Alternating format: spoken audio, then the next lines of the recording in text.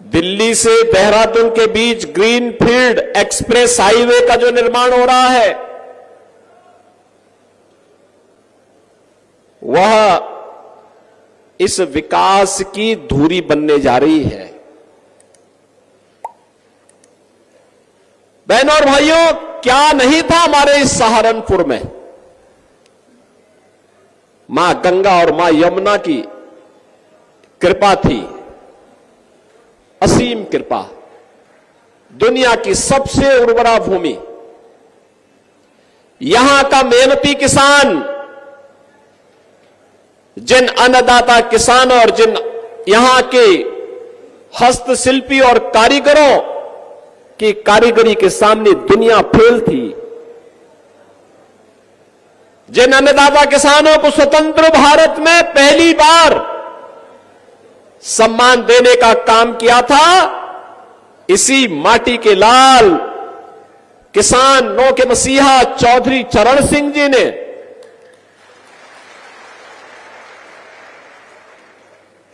चौधरी चरण सिंह जी के द्वारा किसानों के हितों में किए गए कार्यों के प्रति कृतज्ञता ज्ञापित करने के लिए ही प्रधानमंत्री मोदी जी ने चौधरी साहब को भारत का सर्वोच्च नागरिक सम्मान भारत रत्न दिया है।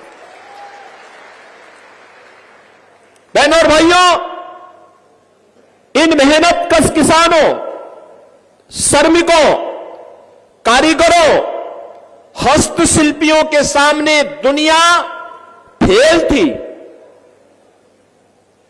उन लोगों को विकसित छोड़ दिया गया था।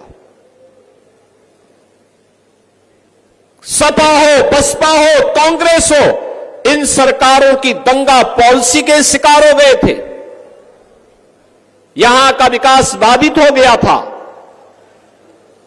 अन्नदाता किसान आत्महत्या करने के लिए मजबूर हो गया था।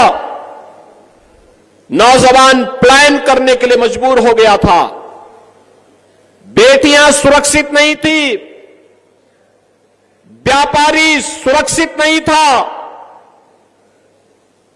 और जातीय खेमों में बांट करके लोगों ने सामाजिक ताने बाने को छिन्न भिन्न करने का काम किया था। और दुष्परिणाम क्या हुआ?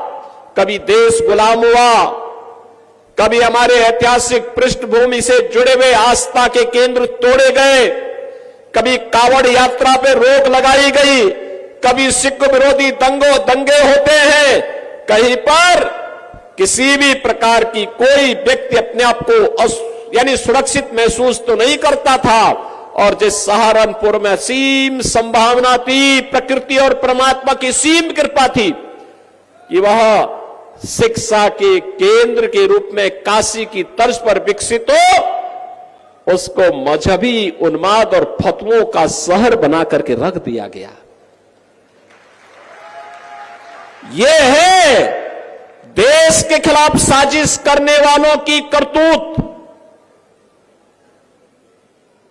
ये लोग किस प्रकार की करतूत करते थे? जिसमें संभावना थी अन्नदाता किसानों को के माध्यम से देश को दुनिया की एक ताकत बनाने की, जिन हस्तशिल्पी और कारीगरों में ताकत थी कि दुनिया का सबसे अच्छा कारीगरी दिखा करके वे भारत का नाम दुनिया के सामने करें, जिन नौजवानों के अंदर एक जज्बा था कि वह जीवन के प्रत्येक क्षेत्र में नेतृत्व दे सकते हैं, जिन व्यापारियों में ये हौसला था कि दुनिया को अपने में समेट सकते हैं, इन सभी को एक एक करके दरकिनार करके मजहबी उन्माद का केंद्र सहारनपुर को बना दिया गया। और बहनों और भाइयों, गंगो भी उससे वंचित नहीं था। मुझे याद है 2016 में जब सिख विरोधी दंगे हुए थे यहां पर, आपने देखा नहीं इससे पहले क्या होता था, किस प्रकार की अराजकता फैलती थी। जब कावड़ यात्रा में बैन लगता था तब तो कोई जातिवादी संगठन नहीं आता था, सबके मुंह सिल लिए जाते थे क्योंकि तब की सरकारें जिन गुंड और माफियाओं के ऊपर संरक्षण देती थी, जिन मजहबी ताकतों के सारे पर कार्य करती थी, जिनके सामने घुटना टेक करके उस समय कार्य करती थी, वे लोग कभी भी इस प्रकार की चीजों को स्वीकार नहीं कर सकते थे। और बहनों और भाइयों, परिणाम क्या रहा? परिणाम क्या रहा? जिस बेटी को अपने मां बाप के संरक्षण में अच्छी शिक्षा प्राप्त होनी चाहिए थी, बेटी तो जब शादी योग्य होती है तभी ससुराल जाती है, नहीं तो मां बाप के संरक्षण में अच्छी पढ़ाई करती है। उस बेटी को असमय हॉस्टल में या दूर रिश्तेदार के घर में डर के मारे मां बाप की भेज देते थे। बहनों और भाइयों, यह स्थिति लगातार पैदा करने का प्रयास हुआ। व्यापारी भी असुरक्षित था, व्यापार नहीं कर पाता था, प्लान करता था। किसान को उसकी उपज का दाम नहीं मिलता था, अराजकता का तांडव था। जब कुछ नहीं हो पाया इन लोगों से विकास का कार्य, पहले से बंद चल रही चीनी मिलों को ही बंद करके बेचना प्रारंभ कर दिया। यही तो होता था सपा बसपा कांग्रेस के समय। और आपने पिछले 10 वर्ष में मोदी जी के नेतृत्व में बदलते हुए नए भारत को देखा है। ये नया भारत, दुनिया के अंदर भारत का सम्मान बढ़ा है, सीमाएं सुरक्षित हुई हैं, आतंकवाद नक्सलवाद समाप्त हुआ है, विकास के बड़े बड़े कार्य हो रहे हैं, हाईवे, रेलवे, मेट्रो,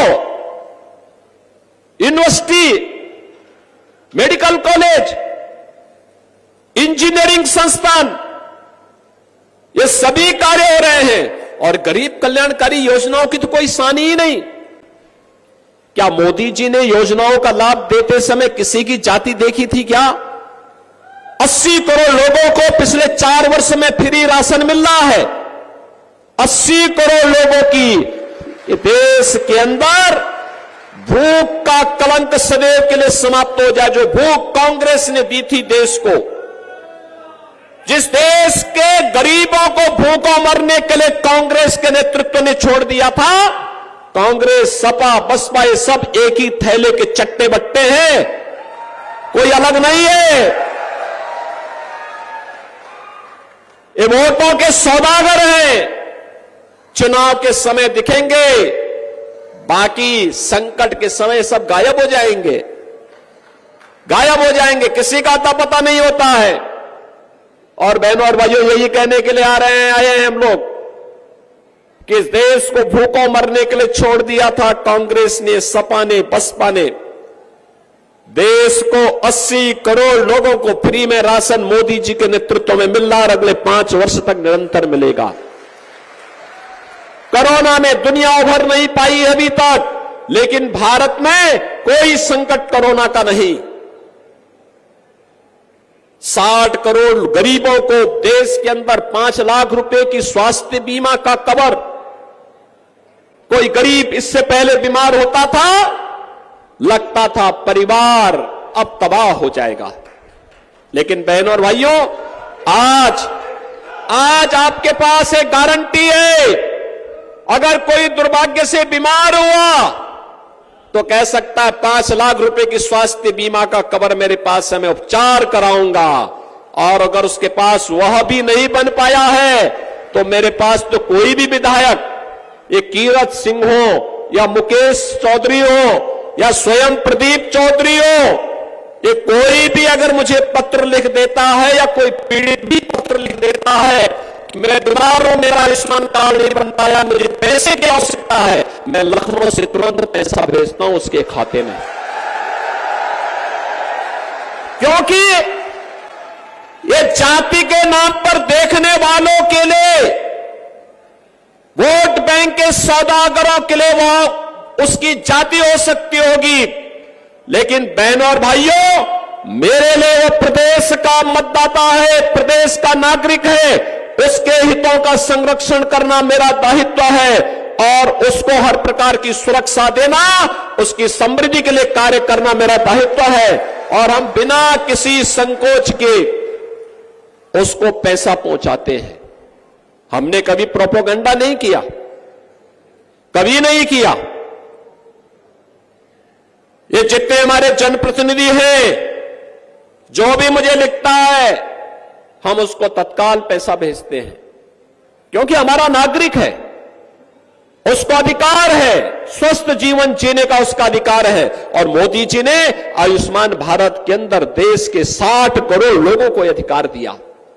बहनों और भाइयों, भ्रष्टाचार कांग्रेस, सपा, बसपा की रग रग में भरा पड़ा है और मोदी जी ने भ्रष्टाचार मुक्त व्यवस्था देने के लिए जनधन अकाउंट की हर गरीब का खाता खोल दिया।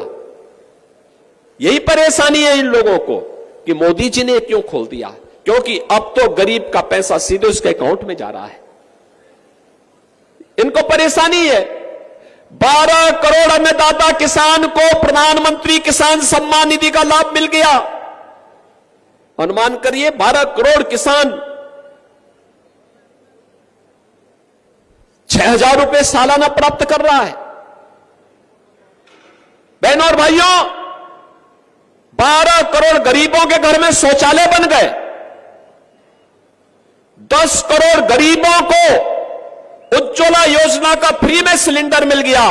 और हमने कहा मोदी जी फ्री में कनेक्शन दे रहे हैं तो दाल बिना तड़के का ठीक नहीं, उसको हमने कहा कि दीपावली और होली में फ्री में सिलेंडर भी देंगे। हम दे रहे हैं। और तो और मोदी जी ने प्रधानमंत्री कृषि सिंचाई योजना बनाई। हमने कहा निजी नलकूप धारक किसानों को फ्री में हम बिजली उपलब्ध करवाएंगे। और बहनों और भाइयों, वह भी हमने करके दिखाया। 1500 करोड़ रुपए पिछले वर्ष मैंने दिया था और 2700 करोड़ रुपए इस बार के बजट में भी हमने दिया है। पीएम विश्वकर्मा योजना हो या 1 डिस्ट्रिक्ट 1 प्रोडक्ट की योजना, हर एक में व्यवस्था दी। बेटी के जन्म लेने से लेकर के बेटी के शादी ब्याह तक की योजना हमने दी है। बेटी जन्म लेगी, मुख्यमंत्री कन्या सुमंगला योजना, स्नातक तक की पढ़ाई की सुविधा दे रही है।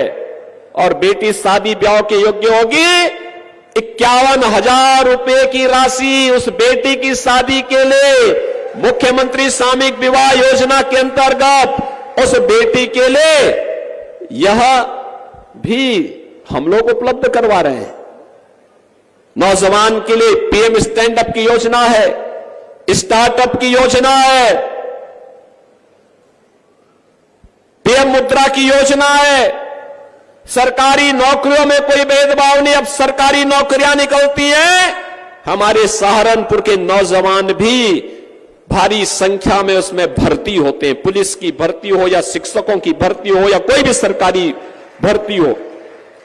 नहीं तो पहले 2-3 जिलों के लोग ही भर दिए जाते थे, बाकी लोगों को ठेंगा दिखा दिया जाता था।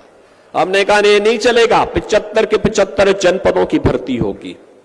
और अगर कोई नौजवानों के भविष्य के साथ खिलवाड़ करेगा, उसके बाप दादों की भी प्रॉपर्टी को जब्त करके गरीबों में बंटवाने का काम करेंगे। पहले माफिया सिर चढ़ करके बोलते थे। कैसे माफिया सिर चढ़ करके बोलते थे? छोटी छोटी बात को ले दंगा होता था। आज देख रहे होगे दंगा करने वाले भूल ही गए, दंगा भी कभी होता था। उल्टा लटका दिया जाता है उनको। दंगा करते हैं तो तुरंत पकड़ करके उल्टा लटका कर नीचे मिर्च का झोंका लगा दिया जाता है कि हमेशा के लिए भूल जाए। और अगर किसी निर्दोष व्यापारी और बेटी के साथ कोई दुर्व्यवहार करता है तो बहनों और भाइयों, उस समय उसकी क्या दुर्गति की जाती है, यह भी आपने देखा होगा। प्रयागराज का माफिया जबरदस्ती एक पिछड़ी जाति के व्यक्ति की निर्मम हत्या करने के आरोप में किस तरीके का व्यवहार करता था। और बहनों और भाइयों, उसकी प्रॉपर्टी को जब्त करके हमने गरीबों के लिए मकान बना दिए वहां। लोगों ने कहा ये सब क्या कर रहे हैं, तो बहुत बड़ा माफिया है। हमने कहा कितना बड़ा माफिया है तो समय बताएगा, लेकिन फिलहाल गरीबों को मकान बनाऊंगा भी और अपने हाथों से मैं देने के लिए जाऊंगा। और मैं स्वयं गया था वहां देने के लिए। बहनों और भाइयों, यह केंद्र की या राज्य की जो भी सरकार है, इसका एक ही विजन है और वह है जनता जनार्दन की सेवा करना, अपने राज्य को और अपने देश को दुनिया की सबसे बड़ी ताकत बना देना, क्योंकि इसी में आपका भविष्य भी उज्जवल है और आने वाली पीढ़ी का भविष्य भी उज्जवल है। बहनों और भाइयों, इसीलिए हम लोग आए आपसे कहने के लिए। ये चुनाव में सबको याद आता है, किसी को जाति नजर आती है, किसी को मत और मजहब नजर आता है, किसी को कुछ और नजर आता है, लेकिन हम लोगों को चुनाव के दौरान भी, चुनाव के बाद भी, चुनाव के दौरान भी, बाढ़ के समय भी मैं ही आया था इधर। तब ये सभा बसपा कांग्रेस किसी के लोग नहीं आए होंगे, क्योंकि उनको फुर्सत ही नहीं थी। किसी को इटली जाने से फुर्सत नहीं है, किसी को कहीं और जगह इंग्लैंड घूमने से फुर्सत हो, तब ये लोग यहां आएंगे ना। और जब सत्ता में रहते हुए इन्होंने लूटा होगा, उस पैसे को देखने के लिए जाते होंगे, लेकिन उसको हम लोग यहां पे दुरुपयोग नहीं करने देंगे। घबराइए मत, धीरे धीरे करके वो पैसा भी भारत में वापस आएगा और गरीबों के लिए इसी प्रकार की उन योजनाओं का लाभ भी देंगे। और इसलिए आज हम सब आए हैं। बहनों और भाइयों, आपसे कहने के लिए मैं आया हूं एक बार, मोदी जी देश की आवश्यकता है। मोदी जी ने देश को विकास का एक एजेंडा दिया है, सुरक्षा का माहौल दिया है, 140 करोड़ लोगों का सम्मान बढ़ाया है और भारत को दुनिया की तीसरी बड़ी अर्थव्यवस्था बनाने के लिए मोदी जी को तीसरा कार्यकाल आवश्यक है। और मोदी जी को तीसरे कार्यकाल के लिए प्रदीप चौधरी को भी तीसरी बार कैराना में सांसद के रूप में जीतना आवश्यक है। बहनों और भाइयों, आपने प्रदीप चौधरी को 2017 में विधायक बनाया था, बाद में सांसद पद के उपचुनाव में वह चुनाव लड़े थे और चुनाव जीते। चुनाव जीतने के बाद फिर से आपने उनको सांसद के रूप में चुनाव बना करके भेजा। आज फिर से आपके बीच में है। अपनी सहजता, अपनी सरलता, अपनी उपलब्धता, एक संसदीय क्षेत्र काफी बड़ा होता है, गांव गांव जाने का प्रयास होता है, लेकिन हमें देश के बारे में सोचना है। हमने इसीलिए कीरत सिंह को और मुकेश चौधरी को उन विधानसभा क्षेत्रों में दायित्व दिया है, वे विकास के लिए कार्य करें, जो भी विकास की आवश्यकता है उसके बारे में बताएं।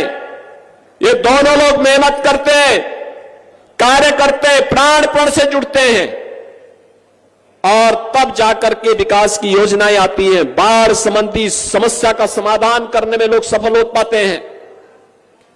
बहनों और भाइयों, आपसे ये कहने के लिए मैं आया हूं कि यहां की समस्या का समाधान करना यह हमारा कार्य है, हम लोग इसको करेंगे। देश के हित में हमें बड़े फैसले लेने के लिए देश के अंदर एक ऐसी सरकार चाहिए जो 140 करोड़ लोगों के बारे में सोचे। और इसीलिए कहा जा रहा है ये चुनाव फैमिली फर्स्ट बनाम नेशन फर्स्ट का चुनाव है। कुछ लोगों के लिए अपना परिवार महत्वपूर्ण हो जाता है, वे उससे बाहर नहीं सोच सकते। हमारे लिए तो 140 करोड़ का भारत ही मोदी जी के लिए अपना परिवार है, इसलिए 140 करोड़ लोगों के लिए देश के बारे में मोदी जी सोच रहे हैं। कुछ लोगों के लिए जाति के नाम पर लोग आएंगे, लेकिन जब जाति पे संकट आएगा ये सब गायब हो जाएंगे, तब इनको ही नहीं दिखाई देगा। ये दंगा पॉलिसी वाले लोग ही जातिवाद भड़का रहे हैं। ये दंगा करवाने वाले और कर्फ्यू करान लगाने वाले लोग आज जातीयता का विस्मरण करने का प्रयास कर रहे हैं। याद रखना, मैंने पहले भी कहा, हमारी सरकार ने दंगा मुक्त वातावरण दिया है, कर्फ्यू मुक्त उत्तर प्रदेश दिया है, और दंगा और कर्फ्यू लगाने वालों की गर्मी को शांत करके आपको एक शांत वातावरण दिया है, बहुत शुद्ध वातावरण दिया है। उनको फिर से पनपने का अवसर मत दीजिए। ये जातिवाद की राजनीति, ये जातिवाद की राजनीति भाइयों बहनों, दंगा और कर्फ्यू को आमंत्रण करने की शुरुआत है। बेटी और व्यापारी की सुरक्षा के लिए खतरे की घंटी है, विकास का बैरियर है। यहां के विकास को बाधित करने की साजिश का हिस्सा है। हम इससे ऊपर उठ करके कार्य करें। हमें सहारनपुर के अंदर, गंगोह के अंदर, नकुड़ के अंदर किसी भी प्रकार के दंगाइयों को, किसी भी प्रकार के भ्रष्टाचारियों को, किसी भी प्रकार के उन अराजक तत्वों को जिनके कारण यहां की बेटी, यहां की माताएं, यहां की बहनें, यहां का व्यापारी, यहां का अन्नदाता किसान, यहां का नौजवान, उसके जीवन के साथ खिलवाड़ होता हो, उसको हम यहां फिर से पनपने नहीं देंगे, चाहे वह कोई भी हो। हमारा एक ही मिशन है, जो मोदी जी का मिशन है वही हमारा मिशन है। जो मोदी जी का विजन है, उसी राष्ट्रवाद के विजन के साथ, मिशन के साथ हम भी जुट करके नए भारत के निर्माण में हम भी कार्य करेंगे। और बहनों और भाइयों, हमें इस बात को ध्यान में रखना होगा, महाराणा प्रताप ने यही कहा था, महाराणा प्रताप ने यही कहा था।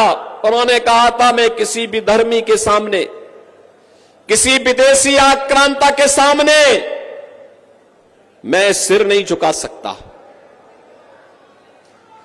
देश का स्वाभिमान होता है। महाराणा प्रताप ने अपनी लड़ाई देश के स्वाभिमान के लिए लड़ी थी, राष्ट्रीय स्वाभिमान के लिए लड़ी थी। उन्होंने कहा था कि हम किसी भी विधर्मी के सामने सिर नहीं झुका सकते। वह लड़ाई सत्ता की नहीं थी, राष्ट्रीय सम्मान की थी, राष्ट्रीय स्वाभिमान की थी। और आज की लड़ाई भी राष्ट्रीय सम्मान और राष्ट्रीय स्वाभिमान की लड़ाई है। और इसलिए बहनों भाइयों, एक तरफ भारत के सम्मान और स्वाभिमान की लड़ाई लड़ने वाली भारतीय जनता पार्टी है, और दूसरी तरफ भारतीयता को, भारत के सम्मान को ठेस पहुंचाने वाली कांग्रेस और उनके नेतृत्व की इंडी गठबंधन में जुड़े हुए सपा और अन्य दल हैं। इनके करामात आप देख सकते हैं। मुझे एक बात बताओ, मैं पूछना चाहता हूं, अयोध्या में राम मंदिर के निर्माण में खुशी हुई है ना? हुई है, हुई है। आप मुझे बताओ, अयोध्या में राम मंदिर का निर्माण क्या ये कांग्रेस, सपा या बसपा के लोग करा पाते क्या? ये लोग करा पाते क्या? जब ये राम मंदिर का निर्माण नहीं करा सकते, 3 तलाक की कुप्रथा को समाप्त करके अच्छा काम हुआ है ना? यह भी कुप्रथा कांग्रेस ने ही दी। जब ये लोग 3 यानी नारी गरिमा के प्रतीक और नारी गरिमा के लिए सबसे खतरनाक 3 तलाक की कुप्रथा को रोक नहीं सकते, कश्मीर में धारा 370 को समाप्त करके आतंकवाद को हमेशा से समाप्त करने का काम जो मोदी जी ने किया है, जब ये लोग उसको नहीं समाप्त कर सकते, ये लोग गरीबों का कल्याण नहीं करा सकते, कर्फ्यू को समाप्त नहीं कर सकते, दंगा नहीं रोक सकते, गरीबों को अन्न नहीं दे सकते, किसानों की आत्महत्या नहीं रोक सकते, तो इनको सिर में ढो करके आप क्यों देश के लिए बोझा बनना चाहते हैं? मत ढोइए इनको, बोल दीजिए कि भाई तुम्हें बहुत मौका दिया है, अब जाने दो भाई, बहुत हो गया है। और जो कोई जाति की बात आपके सामने कहता है, कहता तब कहां थे जब राम मंदिर का आंदोलन चल रहा था, तब कहां थे जब कांवड़ यात्रा पे रोक लगाई जा रही थी, तब कहां थे जब मुजफ्फरनगर का दंगा हो रहा था, जब वहां कर्फ्यू लग रहा था, जब निर्दोष लोग जेल के अंदर डाले जा रहे थे। यही सुरेश राणा थे, महीनों जेल में बंद थे, क्योंकि इन्होंने मुजफ्फरनगर के दंगे का विरोध किया था। और बहनों और भाइयों, इन लोगों से प्रश्न पूछ करके इनको कहना चाहिए कि भैया जब उस समय नहीं थे, संकट के समय नहीं थे, तो इस समय तो कम से कम नया संकट पैदा मत करिए, मत पैदा करिए। अब आप जाइए, हमें अपना निर्णय लेने दीजिए। देश सही दिशा में जा रहा है, प्रदेश सही दिशा में जा रहा है। हमें अपने प्रदेश के लिए कार्य करना है, अपने देश के लिए कार्य करना है, अपने जनपद के लिए कार्य करना है, अपने गंगों और अपने नकुड़ के लिए कार्य करना है, और इसको लेकर के हमें आगे बढ़ना है। और इसके लिए लक्ष्मी जी आवश्यक है, और लक्ष्मी जी के लिए कमल आवश्यक है। और इस बार तो सोने पे सुहागा है, आरएलडी का नल होगा और बीजेपी का कमल होगा। बहनों और भाइयों, ये नल और कमल मिलकर के फिर से देश के विकास की फसल को लहलहाएगी पूरा। सहमत है ना? सहमत है? तो आप मुझे एक बात के लिए आश्वस्त करेंगे, मुझे इस बात के लिए आश्वस्त करिए कि आप में से हर व्यक्ति प्रदीप चौधरी बनकर के, मोदी जी का प्रतिनिधि बनकर के घर घर जाएगा। सभी लोग सहमत हैं? घर घर जाओगे, एक एक वोट बीजेपी के चुनाव चिन्ह कमल के फूल पर डलवाओगे। सभी लोग सहमत हैं? तो अपनी आवाज को इतनी जोर तक बोलना कि मोदी जी तक, दिल्ली तक आपकी आवाज पहुंचे। दोनों हाथ पकड़ के बोलेंगे, भारत माता की, भारत माता की, भारत माता की जय श्री राम, जय जय श्री राम।